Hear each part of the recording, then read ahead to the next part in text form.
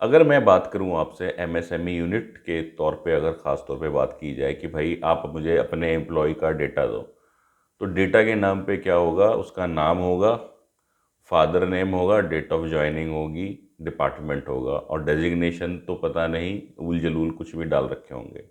तो इतना ही डेटा मिल जाए तो बहुत बड़ी बात है, एक जगह कंपाइल। सैलरी की डिटेल सैलरी शीट में डाल रखी होंगी, बाकी डिटेल किसमें, आधी अधूरी पर्सनल फाइल के अंदर डाल रखी होंगी। लेकिन हम बात करें एम्प्लॉय मास्टर की, तो एम्प्लॉय मास्टर एक ऐसा डॉक्यूमेंट है जिसके अंदर जो एम्प्लॉय है उसका पूरा का पूरा बही खाता है। यानी कि उसकी डेट ऑफ, यानी कि डिटेल्स ऑफ एम्प्लॉय, कि भैया एम्प्लॉय का नाम, पता, एड्रेस, डिपार्टमेंट, डेजिग्नेशन, उसका अपना सैलरी ब्रेकअप की क्या सैलरी है, उसका ब्रेकअप कैसा है, उसकी कॉन्टैक्ट और डिटेल्स और एड्रेस डिटेल्स, उसके बाद में उसके पर्सनल डॉक्यूमेंट्स जो बार बार हमें ज़रूरत पड़ती है, जो लीगली भी हमें चाहिए, उसका Aadhaar card, pan card, bank passbook की कॉपी, देन उसका ईएसआईसी, ईपीएफओ डिटेल्स। तो इस तरीके से एक डॉक्यूमेंट तैयार किया जाता है जिसके अंदर पूरी की पूरी एम्प्लॉय की पूरी एक बही खाता आ जाएगा। भाई अगर मेरा नाम राम है तो उसकी पूरी डिटेल उसके अंदर आ गई। तो एक हम सैंपल देख लेते हैं एम्प्लॉय मास्टर का, जो हमने तैयार किया हुआ है कि कैसे आपको एम्प्लॉय मास्टर तैयार करना है। दोस्तों आपकी स्क्रीन पर जो है एम्प्लॉय मास्टर का फॉर्मेट आ चुका है। इसमें मैंने नाम जानबूझ के नहीं डाले हैं, एक बार नाम डाल दिए थे तो यूट्यूब ने उस वीडियो को लॉक कर दिया था कि भाई आप पर्सनल इन्फो किसी की शेयर कर रहे हो, तो नाम की जगह हम ABCD यूज़ करेंगे। बाकी पूरी डिटेल आपको समझाते हैं इसमें आपको क्या क्या चीज़ें रखनी है। इसके अंदर सबसे पहले एम्प्लॉय का कोड आना चाहिए कि आपके एम्प्लॉय का कोड क्या है, क्योंकि नाम क्या है, एक ही नाम के चार लोग भी हो सकते हैं। मान लो श्याम है तो जनरली होता क्या है, श्याम 1, श्याम 2, न्यू श्याम, श्याम झा, ऐसे करके हम क्या करते हैं, उन नामों के आगे फर्स्ट सेकंड ओल्ड न्यू करके जोड़ देते हैं, वो कन्फ्यूज़न क्रिएट करता है। तो जैसे हमारे क्लास में क्या होता था, रोल नंबर होता था, ऐसे ही क्या होता है, एम्प्लॉय कोड होता है। तो एम्प्लॉय कोड क्या होगा, वो अपने आप में यूनिक होगा। अगर मेरा एम्प्लॉय कोड 142 है तो वो किसी और को मिलेगा नहीं, चाहे मैं छोड़ के चले जाऊँ, तो 142 कोड मेरा रहा। ठीक है, तो ऐसे ही हमने एम्प्लॉय कोड देना है।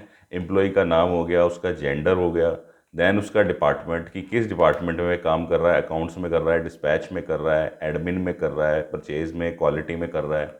देन उसका यहाँ पे आ गया डेजिग्नेशन क्या है बंदे का, मैनेजर है, सुपरवाइज़र है, ऑपरेटर है, क्वालिटी इंस्पेक्टर है।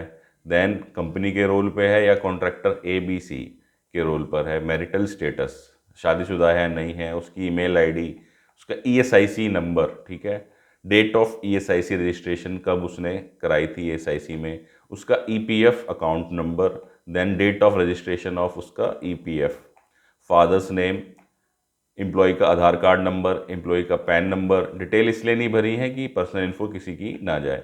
देन एम्प्लॉय का कॉन्टैक्ट नंबर यहाँ पे आ जाएगा, उसकी date of birth, mobile number of relative या जो उसका फर्स्ट कांटेक्ट है, मान लो कोई इमरजेंसी हो जाती है या बंदा कई दिन से आ नहीं रहा, उसका नंबर नहीं लग रहा, तो वो यहाँ पर उस बंदे का नंबर होना चाहिए।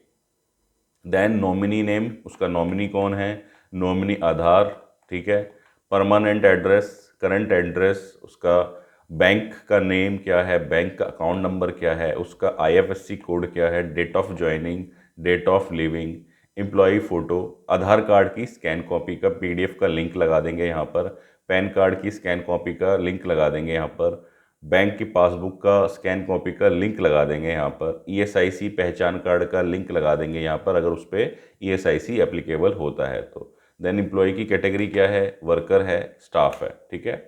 देन उसका UN नंबर, फिर आ गई उसकी सैलरी ब्रेकअप कि भाई उसका बेसिक सैलरी क्या है, HRA कितना है, कन्वेंस कितना है, बोनस कितना है, अदर अलाउंसेस कितने हैं, ताकि जब उसकी सैलरी कैलकुलेट हो बेस्ड ऑन द अटेंडेंस तो वो सारी चीज़ें आ जाएँ। देन आ गया शिफ्ट आवर्स। वैसे तो जनरली शिफ्ट आवर्स 8 घंटे ही होता है, लेकिन आप लोगों को रियलिटी पता है कि भाई MSME में या जो स्मॉल स्केल यूनिट्स और बहुत भी यूनिट्स हैं उसमें किसी में 10 घंटे भी कोई कोई काम ले लेता है। ठीक है, तो यहाँ हमने डाल दिया उसके ड्यूटी आवर्स क्या हैं, क्योंकि जब सैलरी कैलकुलेट होगी तो उससे ये पता चल जाएगा। पीएफ में कंट्रीब्यूशन उसका है या नहीं, तो यहाँ मार्क करेंगे यस। अगर यस करेंगे तो ये सैलरी से लिंक है शीट, वहाँ पे उसका पीएफ कैलकुलेट होगा। ईएसआईसी में कंट्रीब्यूशन है या नहीं है, देन उसका एज क्या है एज ऑन डेट, नॉमिनी का रिलेशन। तो इस तरीके से क्या हुआ, ये पूरा उस एम्प्लॉय का एक बही खाता तैयार हो गया, पूरा उसकी हिस्ट्री यहाँ आ गई। तो मुझे बार बार उसको बुला करके चीज़ें पूछने की ज़रूरत नहीं है। तो इस तरीके से हमने क्या करना है, अपने यूनिट के अंदर एक एम्प्लॉय मास्टर डेटा शीट तैयार करनी है।